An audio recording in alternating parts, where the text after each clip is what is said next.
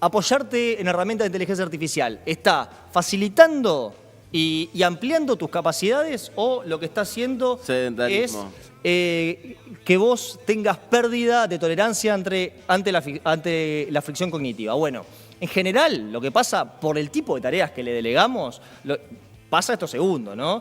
Y estamos en un cuadro de sedentarismo cognitivo, como bien decías. ¿Qué es el sedentarismo cognitivo?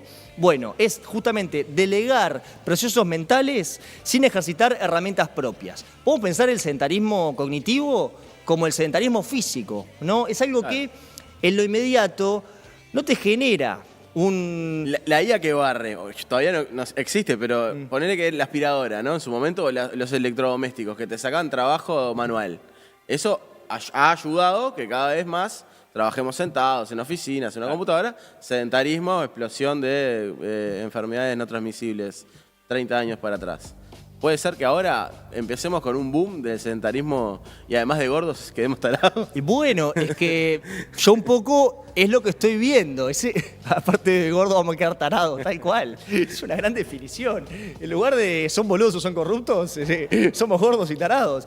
No, pero a ver, es interesante esto del sedentarismo cognitivo también desde el punto de vista de la generación de los efectos negativos que tienen uno, porque... A ver, si vos 2 o 3 días te quedás sentado en el sillón trabajando, no te pasa nada. Como también si vos vas a entrenar 2 o 3 días, no vas a quedar cuadrado o te vas a sentir bien, ¿no? El problema con el sedentarismo es que es una cuestión de hábito, ¿no?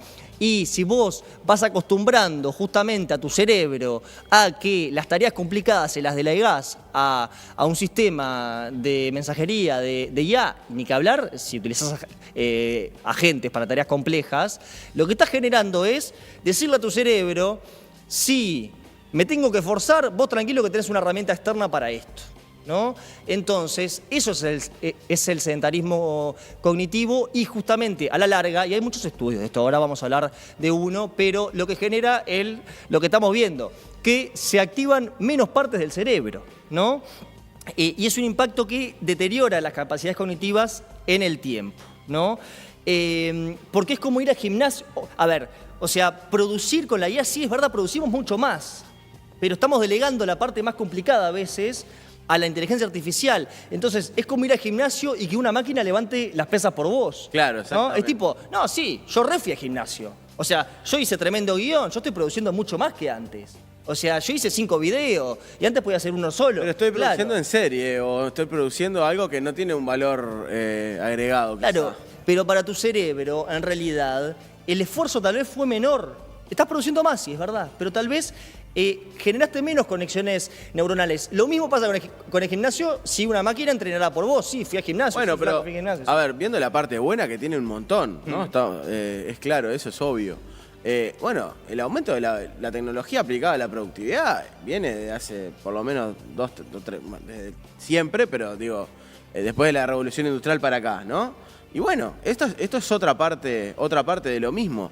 Lo que pasa es que, repito, es tan abrumador, es tan rápido y hace tantas cosas que no sabemos muy bien hacia dónde va a llegar. De hecho, lo que se dice es que van a volver los trabajos creativos, o sea, la otra vez que decíamos la vuelta de las humanidades, o sea, van a volver ese valor agregado, eso que no está en la IA, que no lo puede tener nunca la IA, como la cosa más demandada. Antes era, Igual hasta creo hace que poco quien eran dice eso- los programadores. Bueno, no, ahora Creo vas a tener que pensar arriba. Creo que quien dice eso, la verdad es que no está usando muy bien los agentes de IA, porque son brillantemente creativos. Lo que no son es imperfecto como los humanos. Sí, pero Antes- son creativos basados en lo que conocen. Sí, claro. Las ideas nuevas no las va a tener nunca la IA porque la IA se alimenta de internet. Hoy podemos preguntarle a Mariano si alguna vez creó una canción desde cero, pero un músico en general te dice que nunca creas una canción desde cero. Siempre claro. tenés referencias. De hecho, Mariano ha dicho que no escribe primero, que la tiene como en la cabeza bastante. Ahí va, bueno. Bueno, se lo vamos a preguntar en un rato. Pero bueno, y acá hay un concepto que es clave, que es el cognitive offloading, es decir, en español, descarga cognitiva, ¿no? Es decir, cuando vos usás un artefacto externo para evitar el esfuerzo mental, lo que estás haciendo es una descarga cognitiva. Estás delegando eso en algo externo, ¿no? Acuérdense del concepto descarga cognitiva porque va a aparecer después. Y ahora sí vamos a hablar del nombre de este canal, porque no fue casualidad. Nosotros venimos preocupados por esto hace tiempo y le pusimos un nombre provocador por eso. Me acuerdo... Tenía una bajada que era llenito de estímulos, algo así. Un medio llenito de estímulos, sigue teniéndolo por ahí. Que te da placer. Sí, que te da placer. ¿Querés hacer un paréntesis y contar las que quedaron afuera? No. No, digo, no las bajadas, sino los nombres. Que quedaron afuera. Yo pensé que los otros. No No me la piques así. No, Fede, ¿cómo vas a hablar así? Ya vengo de ayer, ya está. Hoy me puse los lentes comunes casi todo el programa. Bueno, es un medio llenito de estímulos y que te da placer, sí.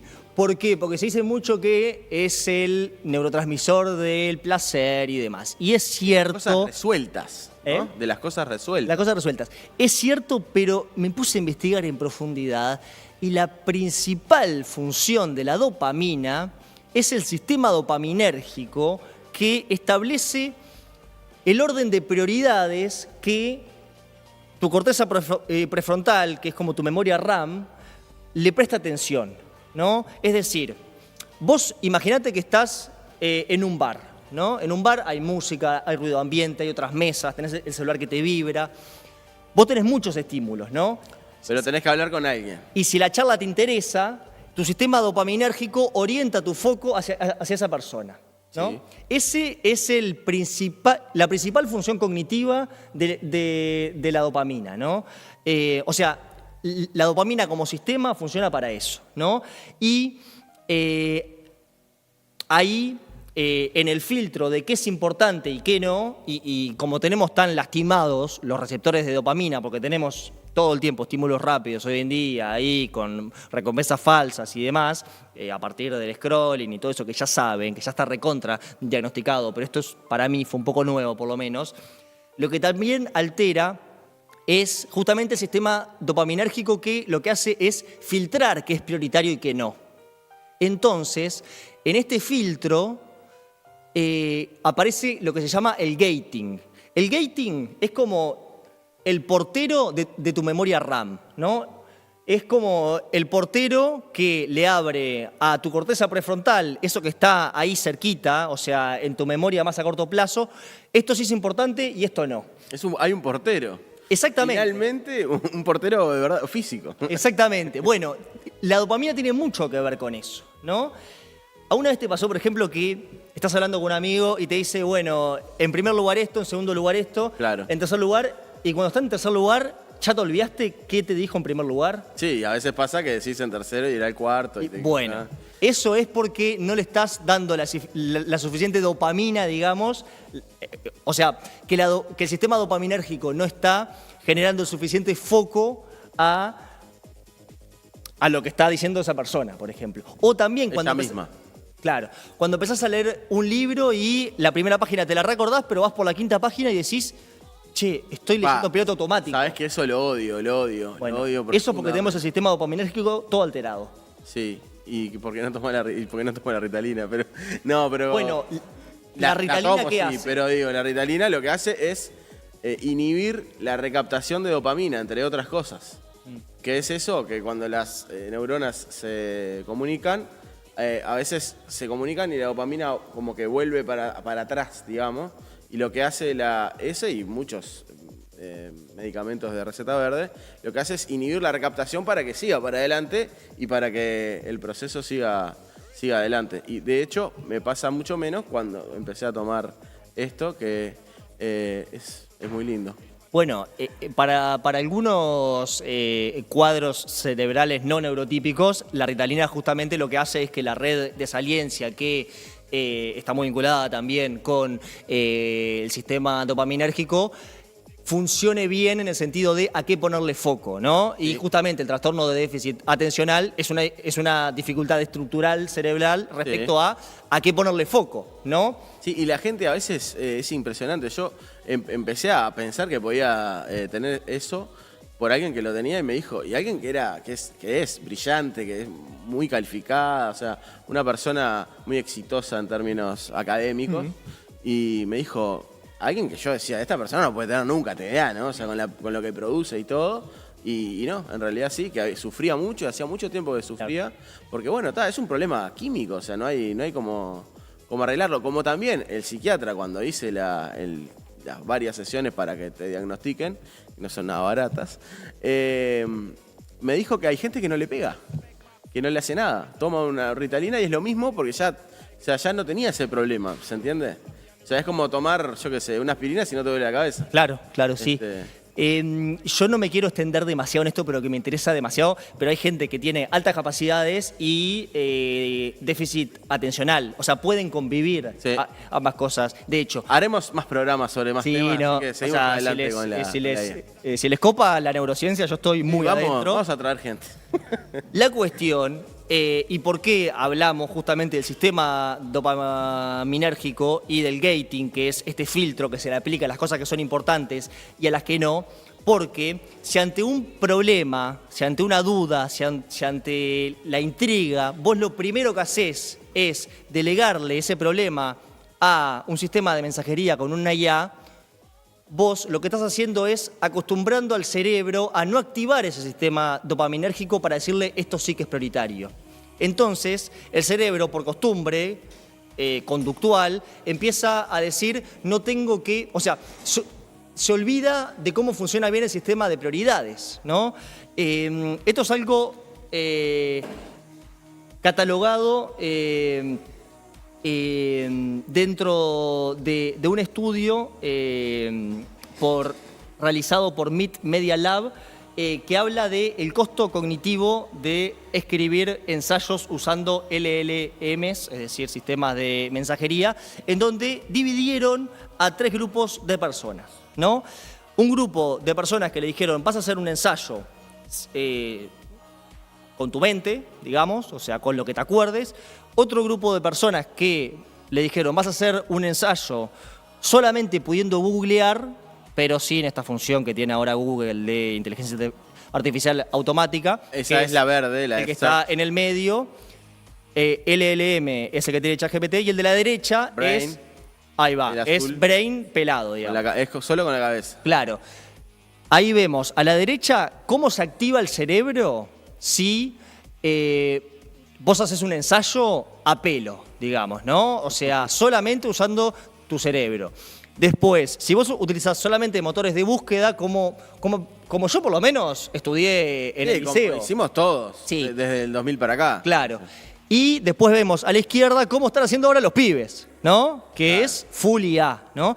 Que también, yo me acuerdo mucho que mi vieja o mis abuelos me decían, che, antes tenías que ir a la biblioteca, buscar la enciclopedia. Yo le decía, dale, eso es un bolazo, porque Wikipedia es lo mismo. Pero no es lo mismo, justamente por este esfuerzo cognitivo que requiere. Sí, justo Wikipedia es maravillosa en otro sentido, Wikipedia, ¿no? Es brillante. Porque es colaborativa, la escriben personas, aunque ahora también pueden usar la IA para colaborar, ¿no? Si quieren escribir un párrafo, lo hacen con IA. Y yo creo que cada vez más parte de Wikipedia va a estar hecho con IA. Sí, igual sigue siendo maravilloso. Sí, no, pero es cierto, yo me acuerdo de incluso profesores de liceo que te decían, nosotros en la época que yo estudiaba, en cuarto de liceo, leíamos libros, ¿viste? De derecho, por ejemplo, en sexto, ponele.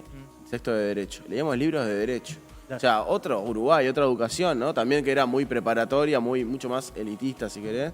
Pero es cierto, o sea, nosotros leíamos fotocopias con suerte y ahora los pibes, por lo que dicen muchos docentes, no tienen, o sea, le das tres carillas y te dicen, es tremendo esto, qué horrible. Sí. A ver, esto no es ningún manifiesto ludita ni en contra de la inteligencia artificial, porque yo de hecho quiero que el avance de la tecnología sirva para que vivamos mejor, pero que vivamos con autonomía cognitiva, que es un poco de lo que vamos a hablar después. Y trabajemos menos. El problema es que cuando, por ejemplo, no sé, Marx decía que la gente un día escriba poesía, otro día trabaje la tierra, o sea, esa idea de libertad como del trabajo, pero el trabajo humanizado. Claro, ¿qué pasa hoy? Vos le das tiempo libre a la gente y capaz que lo que hace es meter reel y está. O sea, más alienado incluso que trabajando. Absolutamente. ¿No? Creo que tenemos una foto de este mismo experimento que realizó MIT Media Lab, porque detectaron otro elemento que es la deuda cognitiva que te genera el uso relativamente prolongado de inteligencia artificial. Particularmente, el estudio se llama Tu cerebro en ChatGPT, Your Brain in ChatGPT. Y claro, no es solamente que en el momento se activa menos, sino que con el tiempo también, si vos delegás demasiada soberanía cognitiva, te pasa esto. O sea, tus redes neuronales se activan menos y tu cerebro básicamente funciona. ¿Vieron eso de que activamos el 20% del cerebro? Bueno, yo nunca supe si es muy cierto, pero si activamos el 20% y nos acostumbramos a usar ChatGPT para todo, estamos activando capaz el 5, el 8, ¿no?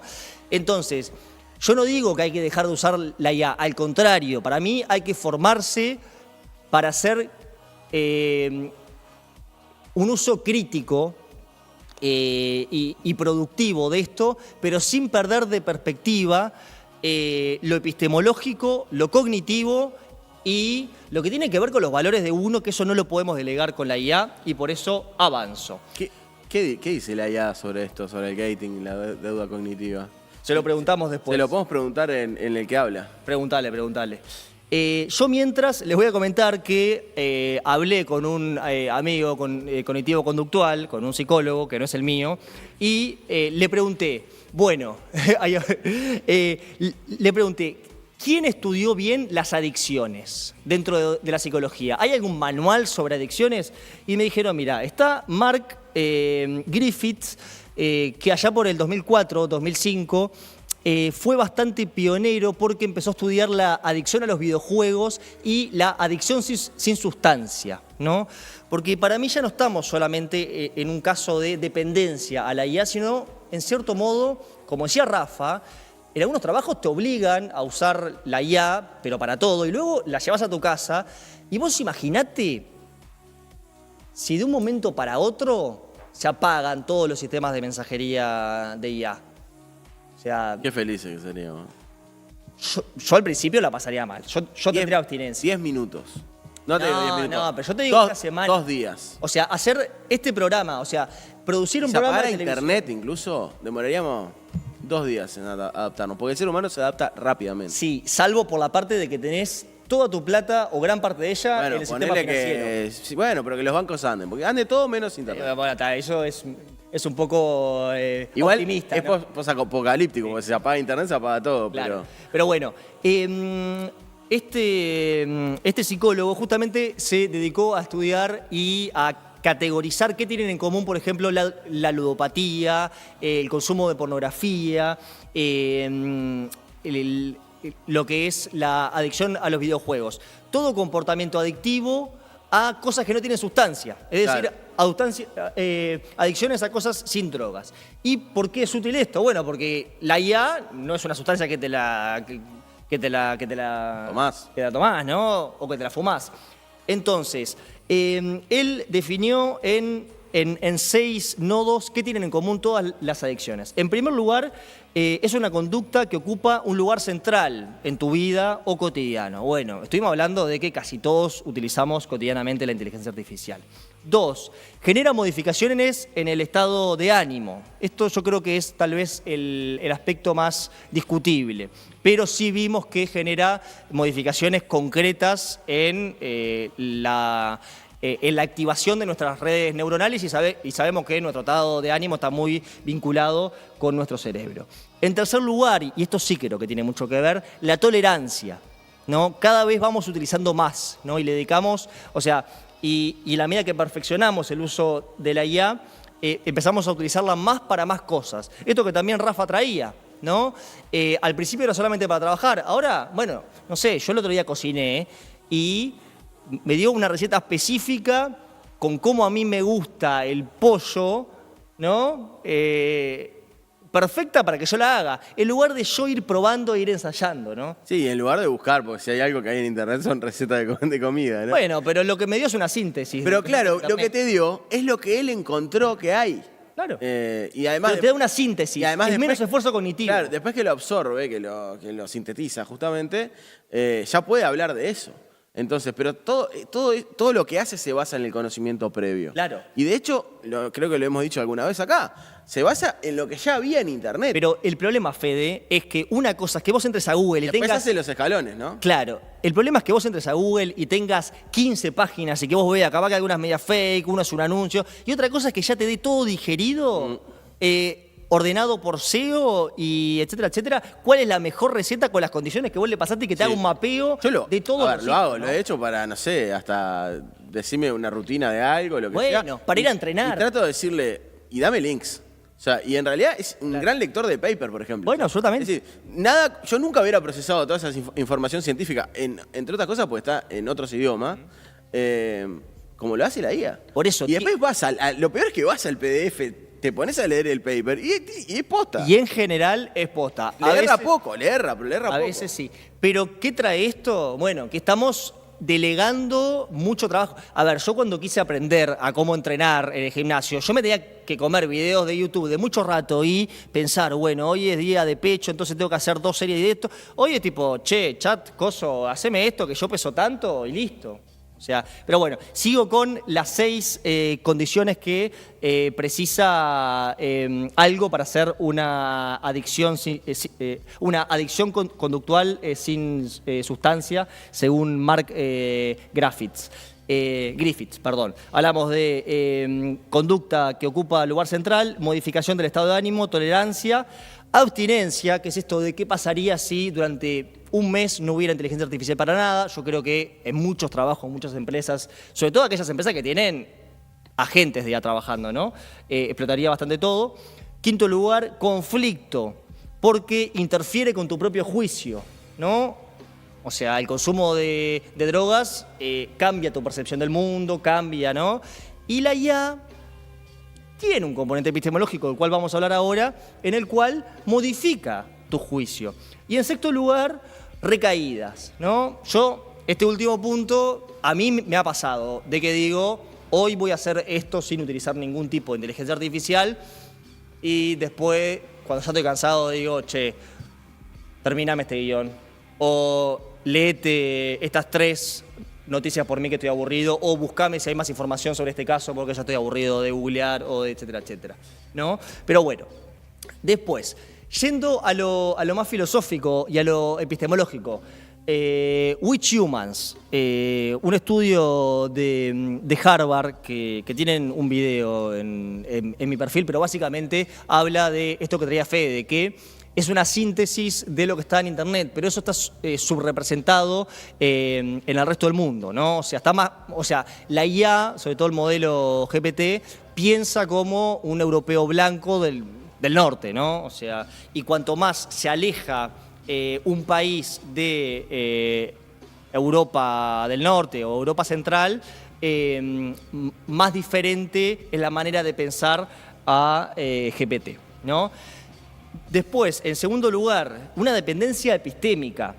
Episteme tiene que ver justamente con cuál es la verdad, ¿no? Episteme viene de conocimiento, sí, ¿no? Epistemología es la teoría del conocimiento. Bueno, una dependencia epistemológica quiere decir que le estamos delegando a la inteligencia artificial qué es verdadero y qué no. O sea, qué es conocimiento y qué no. Che, ¿esto es cierto? ¿Esto que me están diciendo? ¿Viste eso de Grok? Confirmame esto, ¿no? En Twitter. O que te copian y te pegan un screenshot de alguien hablando con la IA diciendo, che, ¿viste que esto es cierto? Bueno, eso es típica dependencia epistemológica. Sí, si Twitter ya era una basura, ahora con Grok confirmando. No, es terrible. Ya está, o sea, hay que borrar Twitter. Ya fue Twitter. Esa es mi sentencia. Y no por esto, ¿no? En cuarto lugar, que delegás el juicio, además de la cognición, el juicio en el sentido de qué está bien y qué está mal, ¿no? Che, escribí bien esto, está bien que yo haga esto, está bien. Cuando la gente empieza a buscar apoyo moral, que es uno de los principales usos, capaz que no tanto en Uruguay, o en gente que consume este programa, pero estadísticamente los usuarios reportan un uso altísimo de apoyo moral, de apoyo psicológico en las IA. Preocupante, sí, por otra parte. Y ahí justamente lo que se genera es la heteronomía cognitiva, que se diferencia de la autonomía cognitiva. ¿Qué decía Platón en Fedro? Bueno, que la escritura era venenosa, que era justamente peligrosa porque produce olvido en las almas que lo aprenden. Y en otra cita del Fedón, gran libro el Fedón, Fedro, recordarán desde afuera, o sea, cuando escriben, recordarán desde afuera por medio de signos ajenos y no desde dentro, por sí mismos. Es decir, en la medida que escriben, dejan de utilizar su propia cognición, su propio conocimiento y se apalancan en los signos, en los grafemas, decía. Bueno, ¿cuál es el problema con la IA? Que la IA además externaliza el juicio, ¿no? Kant también hablaba en la fundamentación de la metafísica de las costumbres de la autonomía normativa, de que un sujeto libre era aquella persona que se podía dar a sí mismo el juicio. ¿Qué pasa? Cada vez, en la medida que le pedimos apoyo moral, psicológico, epistemológico, ontológico respecto a cómo es el mundo, qué está bien y qué está mal, a una IA, y que me pasa a mí, le pasa a muchísima gente, justamente somos cada vez menos libres, ¿no? O sea, porque caemos en la heteronomía normativa en lugar de la autonomía normativa. Andamos con bastón. Andamos con bastón. Un bastón en la cabeza. Se nos apagó Sí, pero mirá, el retorno. me hizo... Enganché con lo que estabas diciendo. La verdad es que me la banco. Nos acostumbramos a tener nosotros, ustedes no lo ven, abajo de acá, donde están cada una de las cámaras, supongo que me está tomando esta, tenemos una pantalla donde vemos lo que está saliendo. Entonces nos vemos constantemente, si estamos en plano, si no. Ahora se nos acaba de apagar, porque es un problema técnico que nunca nos había pasado, y ya quedamos como, no puedo vivir sin retorno. Y la verdad que más o menos no es que cambie tanto, o sea, no me estoy viendo, bueno, está, pero... Pero sigue bueno, siendo el mismo que siempre. Sí, y va a seguir saliendo igual. Va a seguir saliendo, que eso es lo importante. Lo último que les quería comentar... Nos vemos en YouTube. ¿Eh? Nos vemos en YouTube. Nos vemos en YouTube con delay. Lo último que les quería comentar es que Google anunció Google I.O. 2026 como una gran reconfiguración del motor de búsqueda más utilizado en todo el mundo, esto ya lo saben. Y lo que básicamente hace Google es cambiar de ser un buscador híbrido en donde vos tenías una pequeña respuesta con IA a ser básicamente, luego podemos ver el video cuando tengamos Retornish, que va y viene el retorno, ahí volvió. Es una infraestructura que te obliga a utilizar la IA, ¿no? O sea, la descarga cognitiva es obligatoria acá, y por eso les decía que se acuerden del concepto de descarga cognitiva, porque vamos a volver a él. Porque la descarga cognitiva, es decir, la delegación a una herramienta externa, como es la IA, ya te lo está generando la propia infraestructura del motor de búsqueda más utilizado en todo el mundo. Vos vos solamente preguntá que hacemos todo por vos.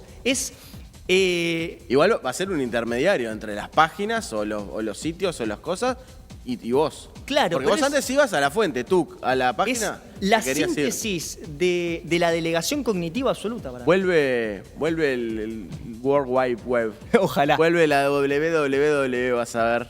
Bueno. La página, como página, va a ser una cosa premium, vas a ver. Sí. Te lo digo ahora. Hoy en día está cayendo mucho. Ha caído ya hace muchos años, pero todo vuelve. Sí. Todo vuelve.